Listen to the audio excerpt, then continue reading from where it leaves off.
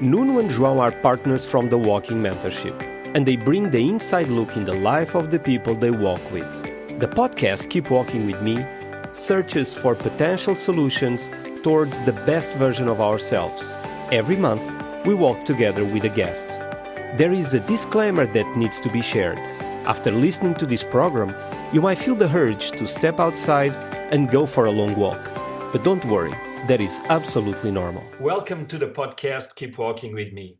Today, we have another very special guest walking and talking with us. So let's start and ask, in a nutshell, who is Jonathan Passmore? So I'm Professor of Coaching and Behavioural Change at Henley Business School. I'm also Senior Vice President at Évora Coaching, and I'm an outdoor coach and a chartered psychologist. Wow, thank you. Thank you. That's a great kickstart. You began actually as a psychologist, and so that was your original training. But early on, you were driven to the area of coaching, and we were wondering what called you into this world. So, having been a psychologist working in some of the large consultancy companies, PricewaterhouseCoopers, IBM, often on strategic business transformation projects, and working with leaders, managers in those organizations, it's fine having a communication slide deck, having a project plan, a series of work streams to generate the change. But change happens when people change. And leaders were often looking for conversations to help them develop the new behaviors, support them in driving the change in their business, and coaching emerged out of this. So they're often reflective conversations. And then over that sort of late 1990s, early 2000 periods, the word coaching started to enter the business lexicon. People started to use it, and they started to ask for, can I have some coaching? Can you help us with the coaching conversations to drive forward this change? And so it sort of just emerged as part of a wider consulting practice. And then I moved into a UK London-based consultancy business, and we were doing leadership development. And from that, coaching started to become a thing. And because I had been working in coaching a little bit in my previous roles, I stepped forward to start getting involved in putting bids together for coaching proposals, either alongside leadership development or as separate proposals, and then started to run coach training. So predominantly leadership training programs delivered by the Institute in Leadership and Management. This was the very early 2000s. And that then led into multiple coaching conversations that I was having, and also training people in coaching. And during some of those, even though I didn't have a label for it, we would go for a walk, but it just seemed a useful thing to do. Instead of sitting in the office, why don't we go for a walk along the canal? Why don't we go for a wander in the park? Why don't we go for a meetup at a National Trust property and walk around their gardens? And this wasn't a fixed part. It often wasn't included. It certainly wasn't included in proposals that we put to clients, but it just emerged as part of that practice. So during probably the 2003, 4, 5 through to 2015, 16, I was doing that as part of my practice. Usually it was part of, we might have 3 sessions inside and 1 session outside. Sometimes there might be more sessions, or you might start inside, go for a walk, come back and finish the session inside. So as part of that emerging practice, and only really when I was at Henley Business School and a student started to talk about their own outdoor coaching practice, did I start to think, maybe this is a thing. And it has a name, and maybe it should have a separate definition, and maybe there's a separate practice that goes along with that. And Alex Byrne, who was that particular student, started to engage in some research, and that led to a paper that we published. And at that particular time, I also came across Anne-Marie Watson, who was also talking about this practice that she was engaged with. So I put the two of them together. They formed the Outdoor Coaching Podcast, subsequently Outdoor Coaching Live. And that led us into a whole network of other people who were doing this thing called outdoor coaching, conversational walking. Lots of people give it different terms, but really a walking reflective conversation that provided a different experience to sitting at a table, having a very business focused reflective conversation. Both have value, but there is something different and special. And as I've progressed in my own coaching practice, I've built this into a separate thing. So this is a separate offer that I offer to teams predominantly, but also to clients to come together to have experiences outdoor that helps them think through the challenges that they face indoors, back at the ranch, back in their workplaces. Wow. It's always about the client. So if that works for the client, that's perfect. Agreed. Well, Jonathan, you are also a supervisor, and maybe you want to elaborate a little bit on what is supervision and why it is important, if it is important. Well, I think reflection is important.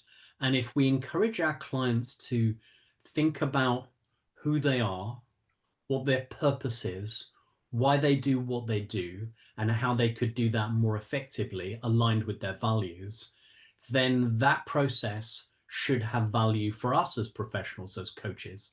And supervision is effectively that practice. It's providing a space for reflection to enable us to explore challenges that we have within ourselves, challenges that we have interacting with our clients, and challenges that we have with our clients. And through that process, it helps us to clarify boundaries, manage ethical dilemmas, sometimes get guidance and advice from a fellow practitioner, if we're new starting out, from a more experienced practitioner, and thus navigate those dilemmas, challenges in our own practice and ourselves in a way that we can be better in service of our clients. So I see supervision as essential. I have been challenging about the term supervision really since it emerged as itself as a thing in those early 2000s. And I can remember having conversations with Peter Hawkins, and Peter comes from a therapeutic background. So to him, supervision was just something that was done. It was part of therapeutic practice. But for me, as coming from a business environment, supervision, supervisor, is another name for your boss, somebody who's checking up on you and tells you what to do.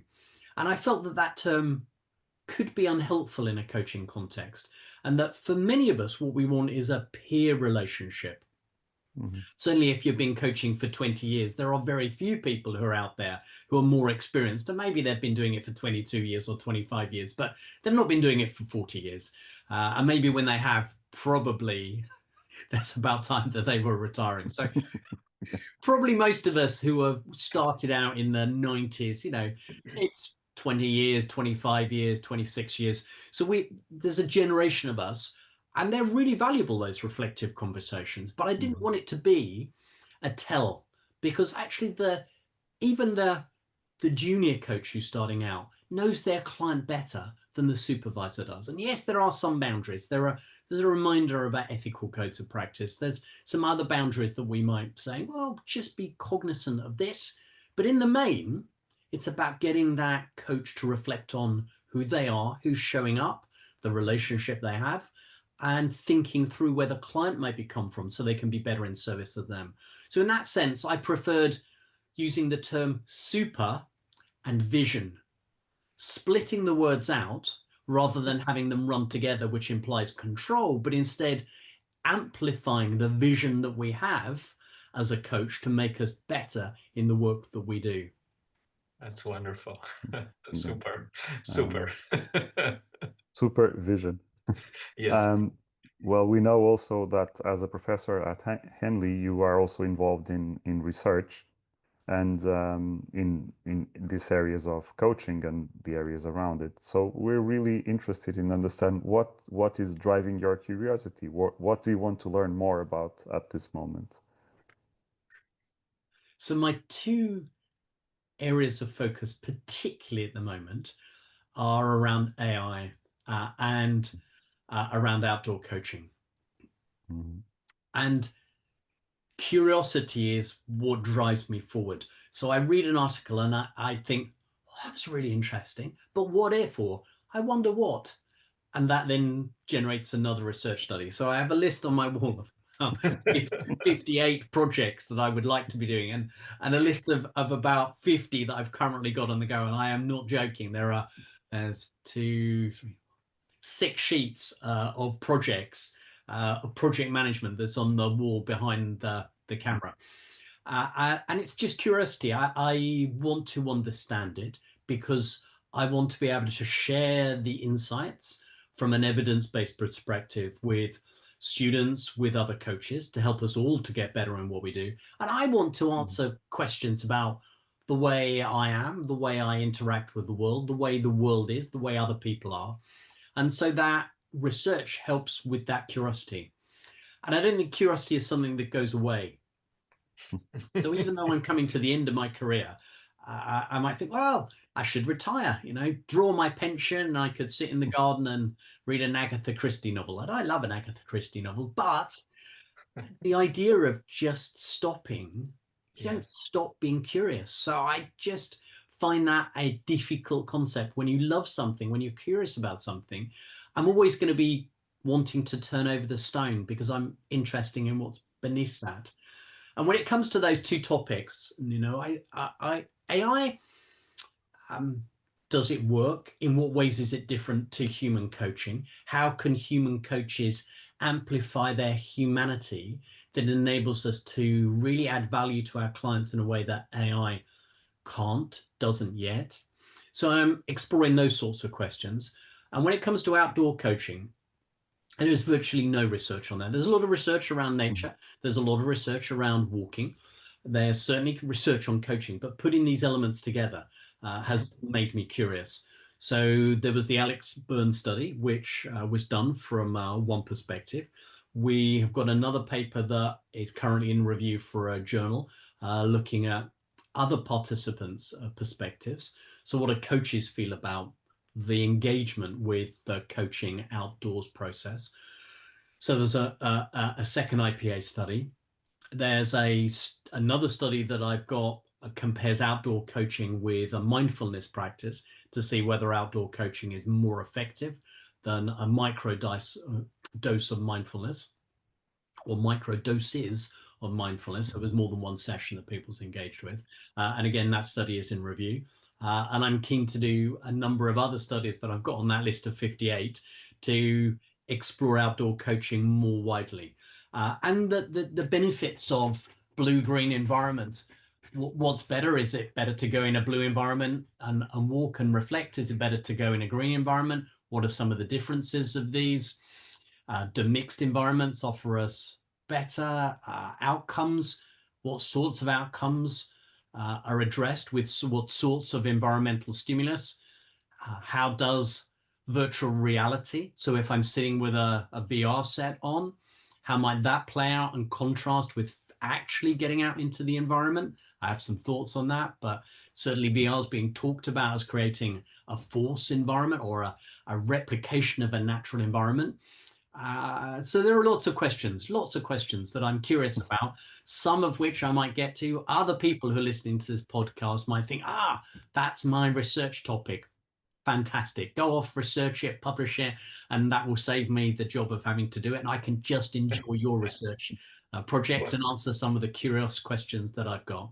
Well, I think we're going to dive definitely into the topic because we are also very curious and there is no end of it. But maybe before we ask you for your first song, it might warm us up. In your view, and since we are talking about AI already, what can actually AI enhance in a coaching relationship, and what must remain strictly human? What do you think? So a lot of people say that it's empathy, and I think that's wrong. A whole bunch of other people say it's creativity, and I think that's wrong too.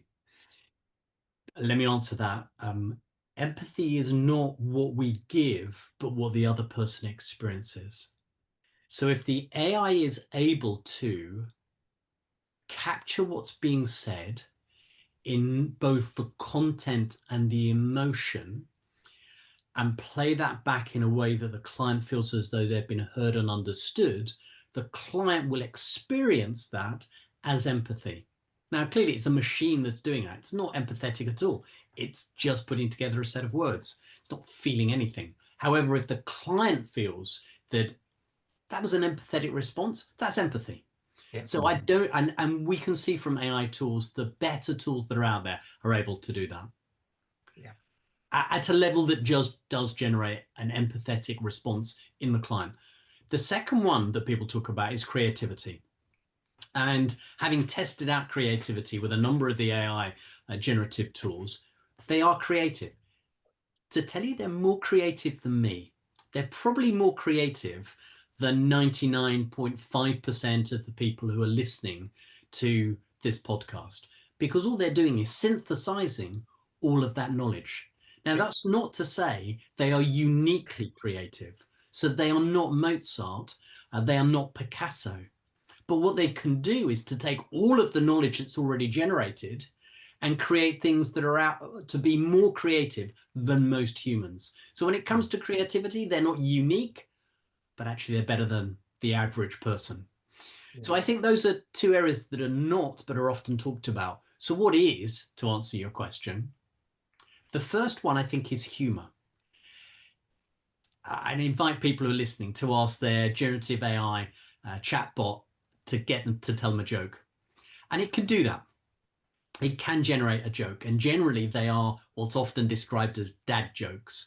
So jokes that are a little bit staid and a little bit have been heard before. And we might grimace or we might smile, but it's not humor. And the reason why humor is distinctive from a joke is that humor is relational and situational. Situational in the sense that it's about timing, and relation in the sense it's about me and you. So we have a shared history, and I would then, in our shared history, I can reflect back on something that's happened to us that might not be funny to anybody else. Nuno wouldn't know that it's funny. He wouldn't even laugh at it, but we might laugh about it. If I said to you about plastic horses, we could smile about plastic life-size horses because we have got a shared joke about plastic life-size horses, because you were at the outdoor coaching live conference and will have seen Flemish, who was a life-size plastic horse. Who wouldn't have known such things exist? So it's like, that was weird. That was funny.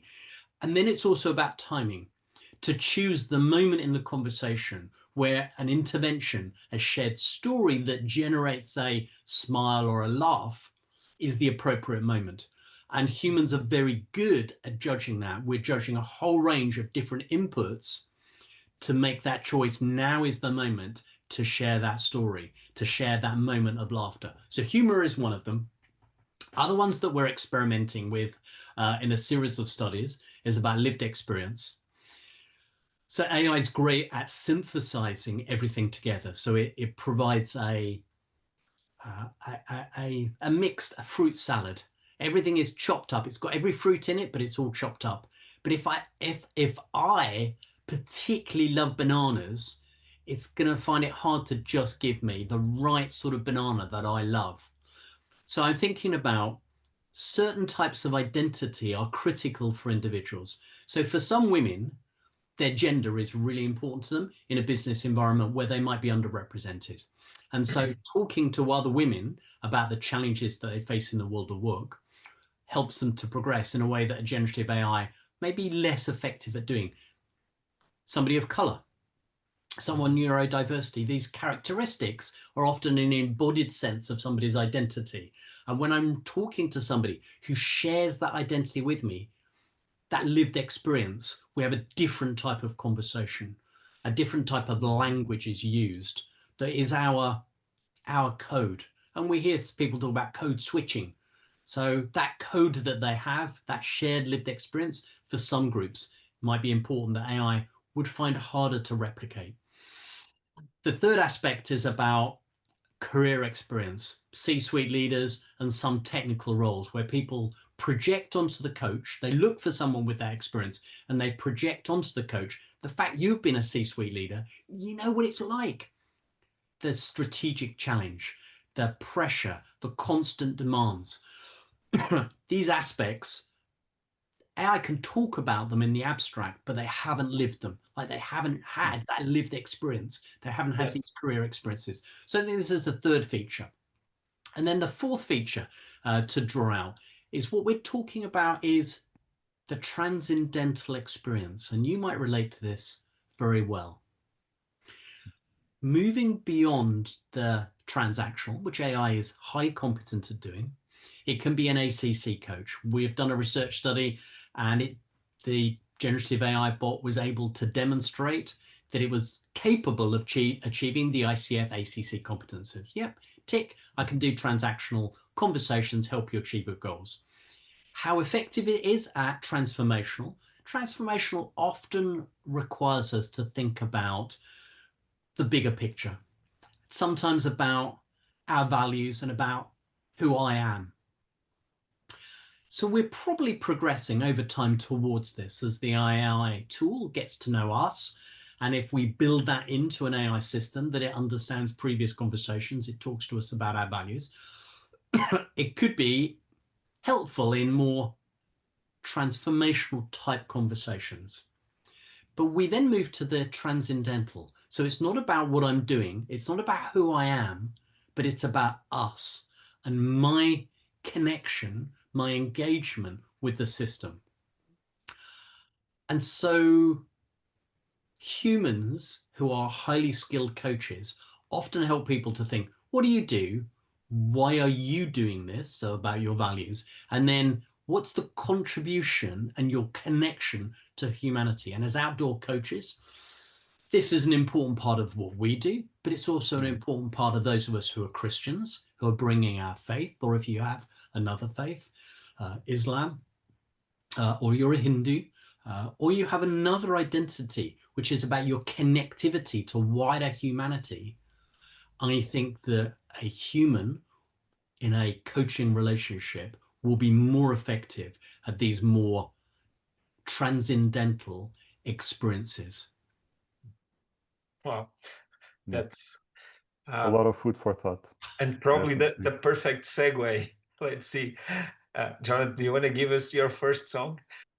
So my first track is Talking About a Revolution by Tracy Chapman. This takes me back to a time when I was coming out from university and a desire to make the world a fairer, more inclusive place. And I still hold on to that dream of change, that dream that Tracy Chapman in that song articulates. And having worked for for more than 40 years in our career, I don't feel that we have created the world that I aspired to contribute to creating, and that we have a long way to go to create a UK, a Europe, and a world where everybody has an opportunity, everybody has freedom to make their choices, to live their lives, to say their piece, to contribute, and that people are not judged by the color of their skin, but by the quality of the contribution that they make. Sounds perfect start.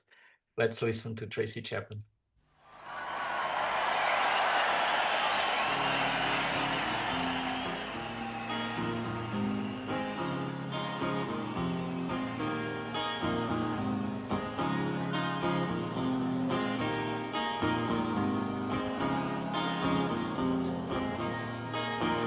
Don't you know you're talking about a revolution that sounds like a whisper?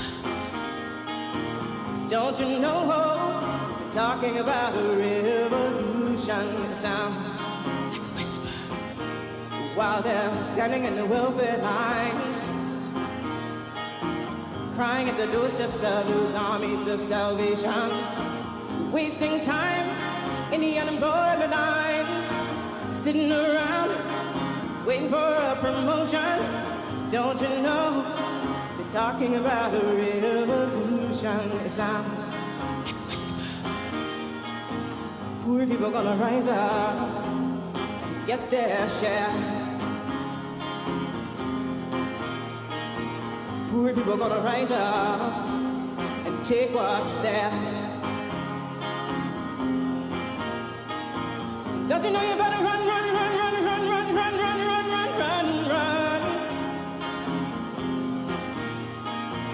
Oh, I said you better run, run, run, run, run, run, run, run, run, run, run, run.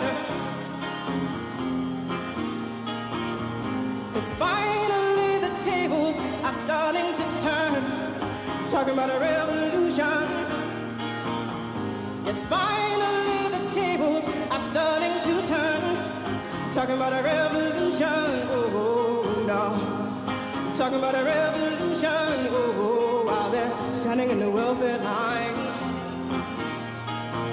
crying at the doorsteps of those armies of salvation, wasting time in the unemployment lines, sitting around waiting for a promotion.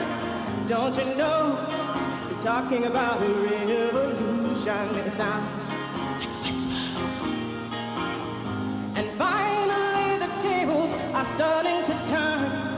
Talking about a revolution. Yes, finally the tables are starting to turn. Talking about a revolution, oh no. Talking about a revolution, oh no. Talking about a revolution, oh no.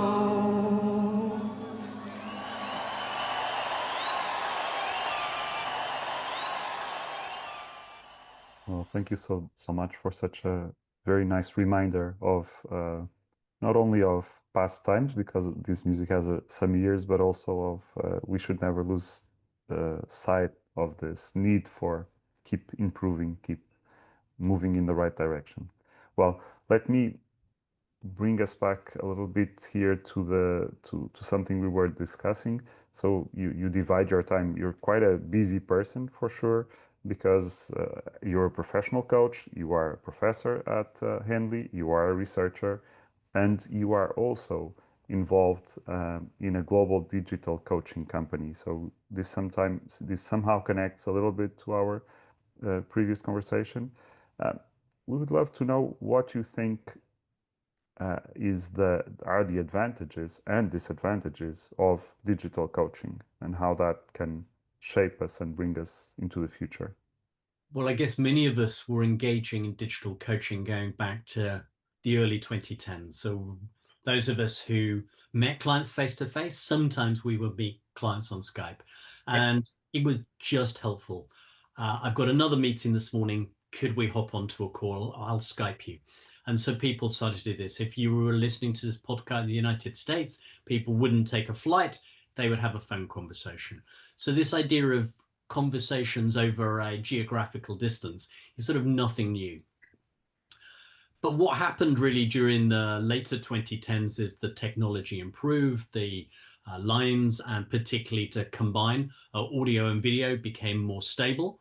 And this helped us to think, well, actually, I could do more conversations in this way. It's convenient for clients. But what the trigger was really COVID. And COVID meant that many of us didn't get out very much for several months or for the best part of a year.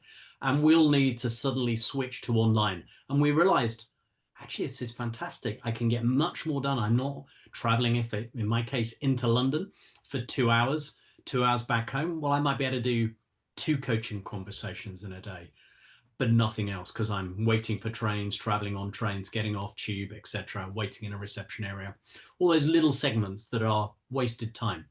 And instead I could do 2 coaching sessions, but I could also write half an article, and I could have another meeting as well.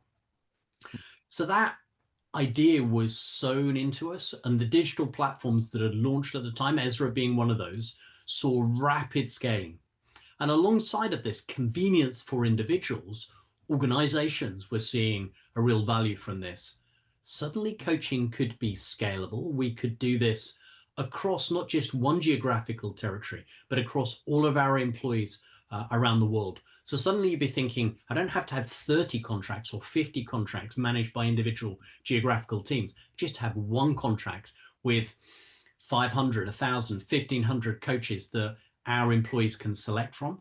I don't have to worry about time zones. I don't have to worry about languages. And of course, the other power of digital is that it enables organizations to then have data.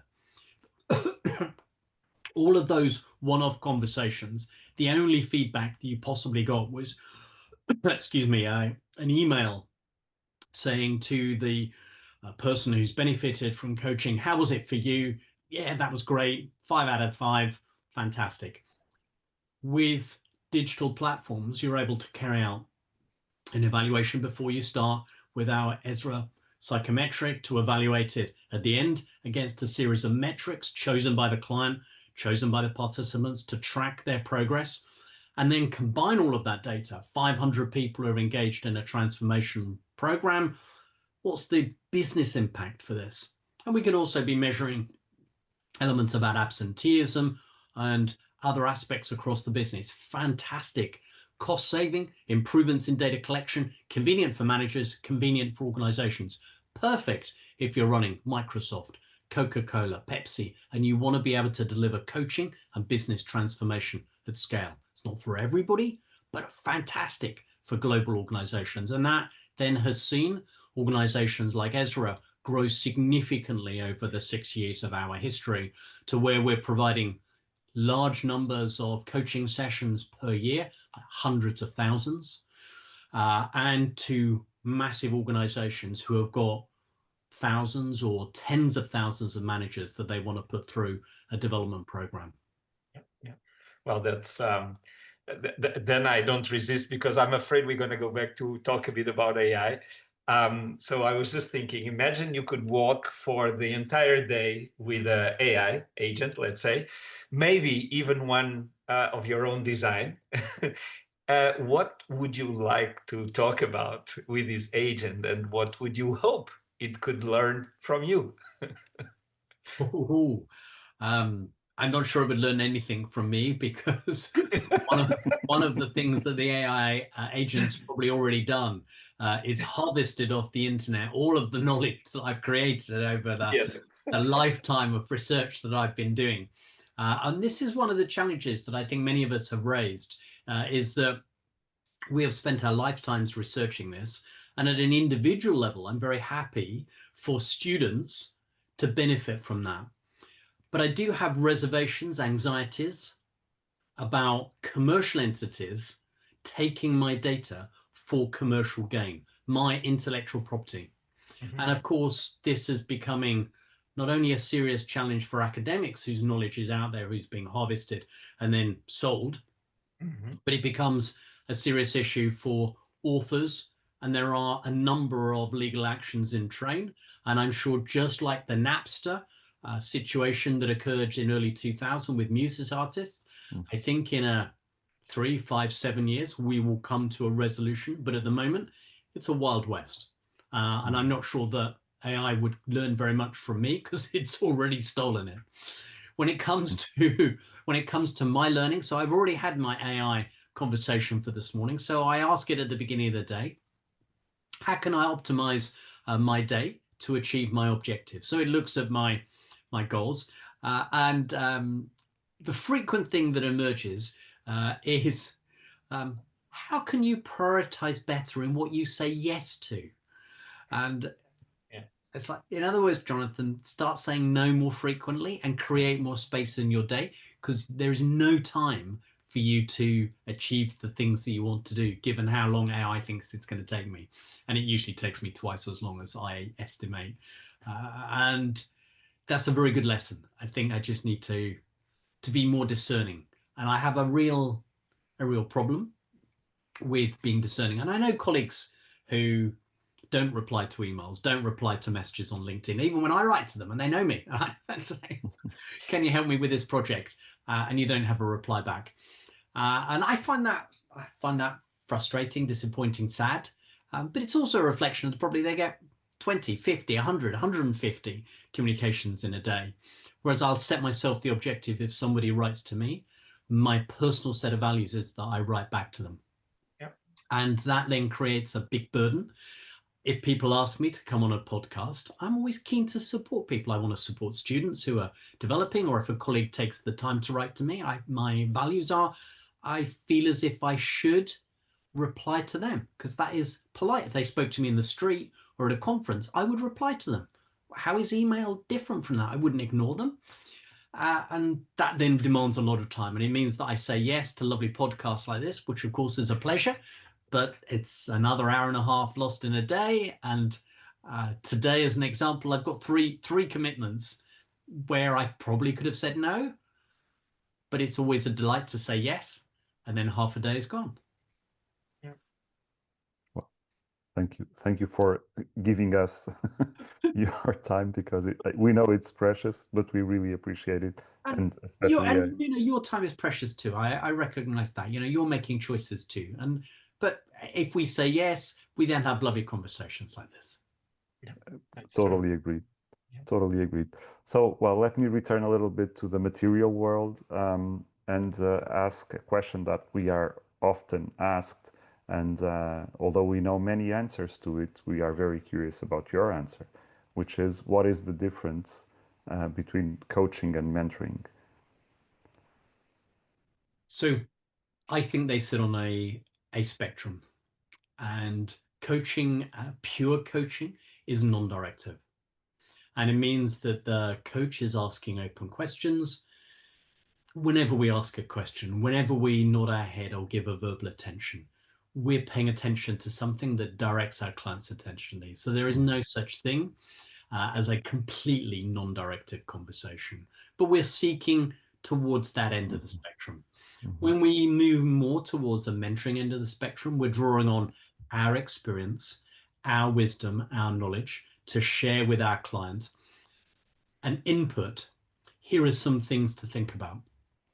And what I find is that in many conversations, I might move up and down that spectrum. There are times in a conversation where it's helpful to share what other leaders have done. I'll check out with my client whether that's useful for them, whether they would like to receive this. What I try to avoid in both coaching and mentoring is, this is what you should do. I can share what I've done. I can share what I think. I can share what other clients I've come across in similar situations have done. But telling someone to do something, I don't know them, I don't know their values, I don't know the situation, I don't know the characters or the organization. So unless it is absolutely transparent, no, I don't think it's a good idea to murder your boss, something like this. In the main, better to say, well, in similar situations where people have been annoyed with their manager, here are some of the things other people have thought about what they would do in the situation. And then I'll ask a question. How do any of those sound being appropriate to you and your relationship with your manager? So get the person to come back to the critical thinking. So one is more towards the directive end, mentoring. One is more towards the non-directive end, but they're on a continuum. And most coaches that I've seen operate move up and down that continuum, more towards the non-directive end. But even those who think that they're non-directive, just by smiling, nodding, giving a verbal attention or asking a question, there is some aspect of direction that we're engaging in to encourage our client to pay more attention to where we've nodded, where we've smiled, where we have asked them to explore through our open question. That's wonderful. I love the answer. It made me think a lot. Well, Jonathan, maybe it's a great time for you to give us your second song. Second song is Joni Mitchell, All I Want. And like all three songs, it takes me back to a particular time. I love the album Blue. It's probably, if I had to pick one album to take with me to a desert island, it would be that album. And I could have picked any song almost from that, and I dithered and wondered which I would pick. I picked All I Want, but it could have been any of the songs from that album, which is beautifully written and takes me back to a particular time in my life that is a mix, like many of our times, I suppose, happiness and also some sadness. Okay, Johnny Mitchell will be.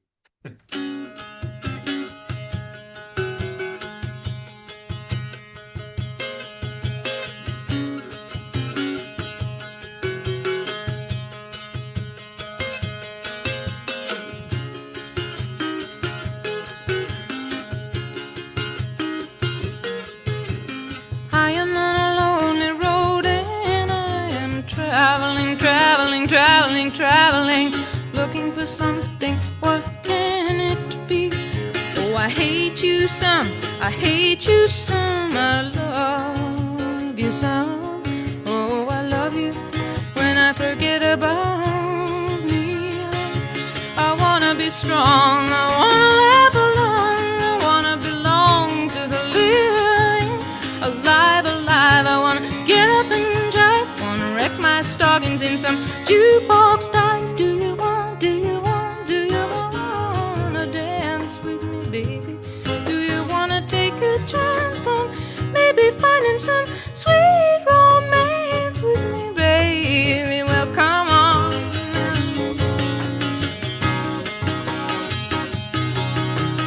All I really, really want our love to do is to bring out the best in me and in you too. All I really, really want our love to do is to bring out the best in me and in you.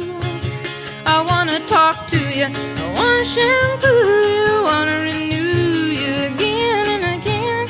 Applause, applause, life is our cause. When I think of your kisses, my mind seesaws. Do you see, do you see, do you see how you hurt me, baby? So I hurt you too. Then we both get so blue.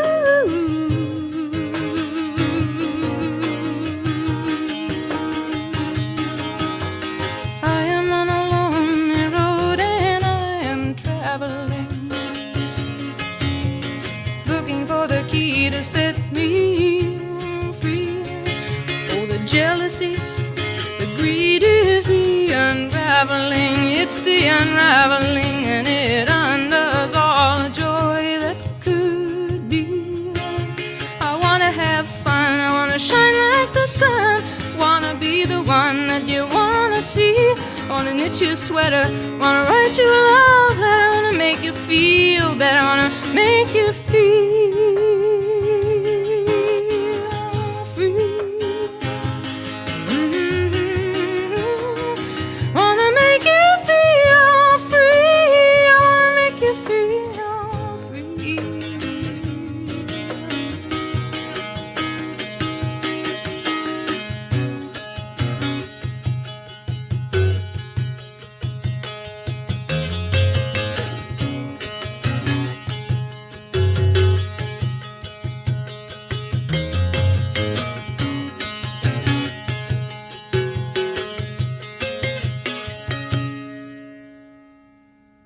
Well, thank you very much, Jonathan, for another great song.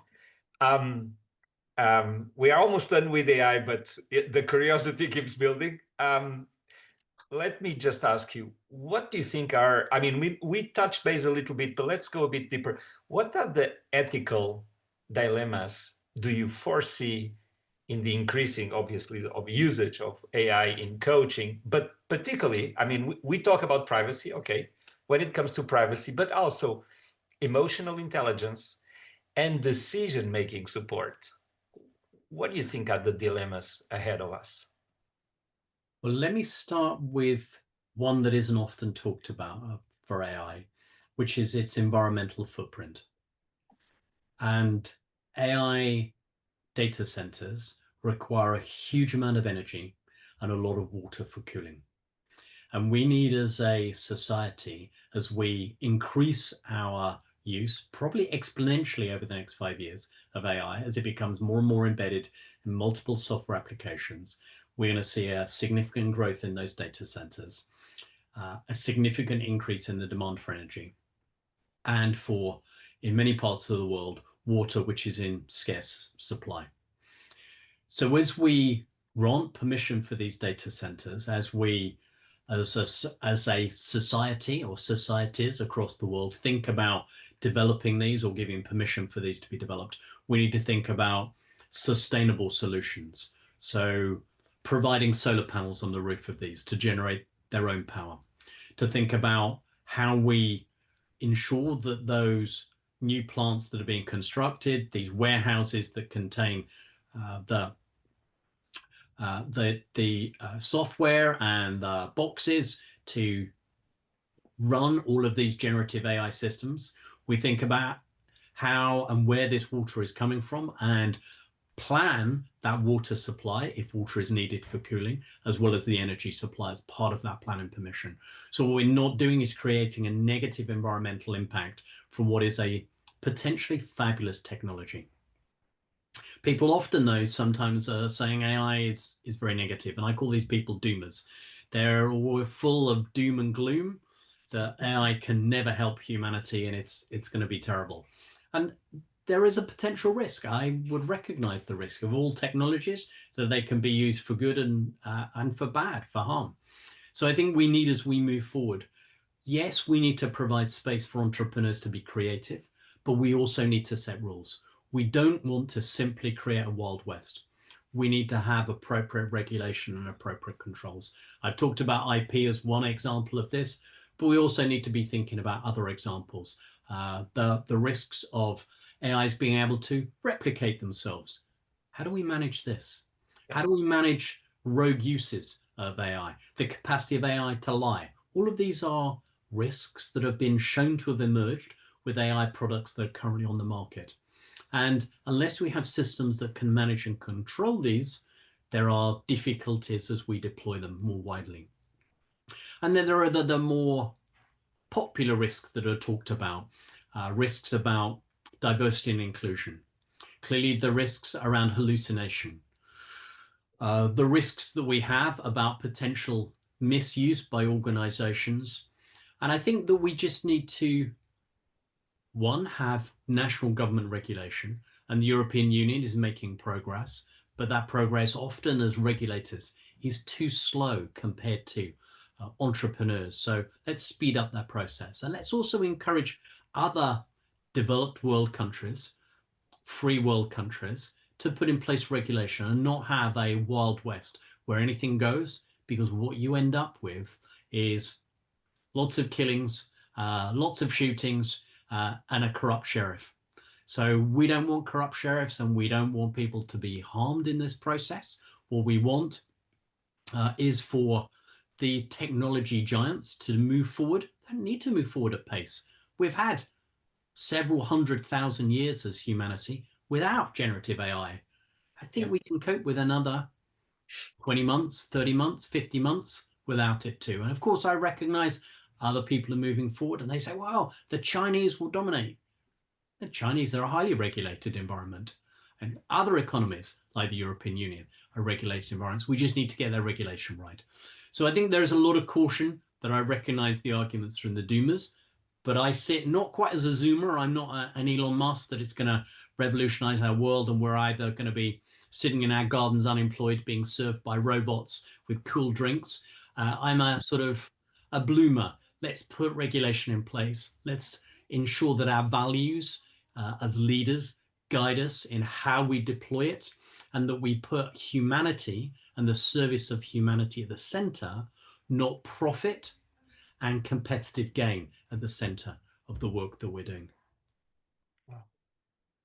I think that's a big, that's the big challenge. I think it's exactly that. This should be a force for good and for the good of societies, and not an end in itself. So it's a means, as every technology should be a mean to improve the life of people, and ideally the life of the planet, the life in the planet and of the planet, but not so much. And that really requires some framework, some regulation that helps us go in that direction.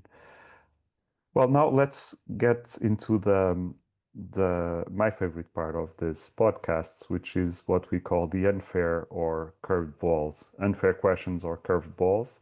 I will kick off with the first one, which is if you could take on any adventure today, imagine there is absolutely no constraint, you have the time, you have all the resources, you don't have any commitments, you can do whatever you want. So there is no restraints whatsoever.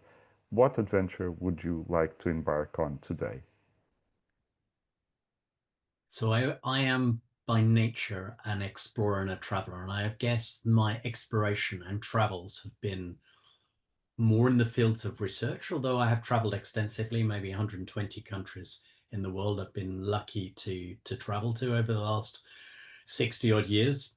So I've been to places that many people haven't: Mauritania, North Korea, Burkina Faso, Mali, and many places that people probably listening to this podcast have been to, like Canada or the United States or France. So I love traveling. I love meeting people and the conversations that emerge from this. But for me, what I would like to do next, given what you've said, is like no constraints, I'd love to make a journey from the North Pole over land to the South Pole. And there was a BBC show by a presenter and a comedian who did this, I think, in the 1980s. And I've always had that fascination to go and do a similar journey. Talking to others about this over the years, it's extremely difficult. It's extremely expensive. It would need lots of training. So I suspect it's a dream that I will not be able to fulfill, but it would be a fabulous dream to meet people along the way as you travel from the pole in the north down through maybe Finland, across Europe, through Africa, and equally all the way down to the South Pole, traveling across the Antarctic. And I've been lucky to get to the Antarctic, but not to the South Pole. I've been to the Arctic, but not to the North Pole. Well, Jonathan, we come to close to an end. We're going to ask your third question, your third music. But our last question for you would be the following. If you had a time capsule, and this capsule will be, sent into the universe, and maybe next year, maybe 1,000 years from now, someone or some entity will open that time capsule, what would you place inside? What would be your message? Now, that's a curveball question if ever there was one. And I guess very few of us, almost none of us, will be remembered in 200 years' time. If we're remembered in 100 years, maybe you've been famous. But generally, our children will remember us and our grandchildren will have heard of us. But by our great-grandchildren, we'll be not even a name for most people. And what could one send that has any meaning in 1,000 years' time? I suspect for humanity, the thing that will resonate for us, as it would do 1,000 years in the past and 100,000 years in humanity's past, hard to put into a time capsule, but given no constraints, it would be love. Wow. Thank you so much for that beautiful answer. And with that, we invite you to share your third song. My third song is English Rose by The Jam. They were a sort of punk band, a rock band in the 1980s, early 1980s. And English Rose is a beautiful love song. And it makes me think about my wife. And my wife has been a savior for me, is my harshest critic, my best friend, my keenest supporter. And that combination has helped me to, I feel really emotional just talking about this, helped me to guide my way through the last few decades. Wow, Perfect. that sounds Let's like listen to the jump. and a big thank you, Jonathan, for your time, for your everything you shared, and let's keep walking. It's Big, been a big thank pleasure. you. Thank you both. Goodbye.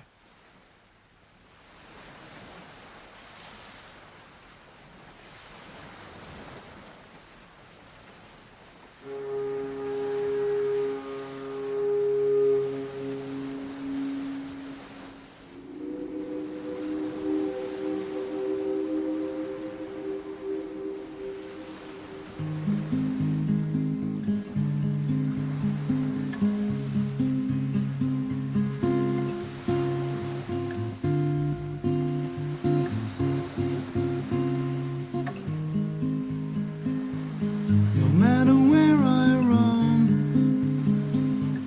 I will return to my English rose, for no bonds can ever tempt me from she. I sailed the 7 seas, flown the whole blue sky, but I've returned with haste to where my love does lie. No matter where I go, I will come back to my English rose, for nothing can ever tempt me from she. I've searched the secret mists, I've climbed the highest peaks, caught the wild wind home to hear a soft voice speak. No matter where I roam, I will return to my English rose, for no bonds can ever keep me from she. I've been to ancient worlds, scoured the whole universe, caught the first train home to be at her side. No matter where I roam, I will return to my English rose, for no bonds can ever keep me from she.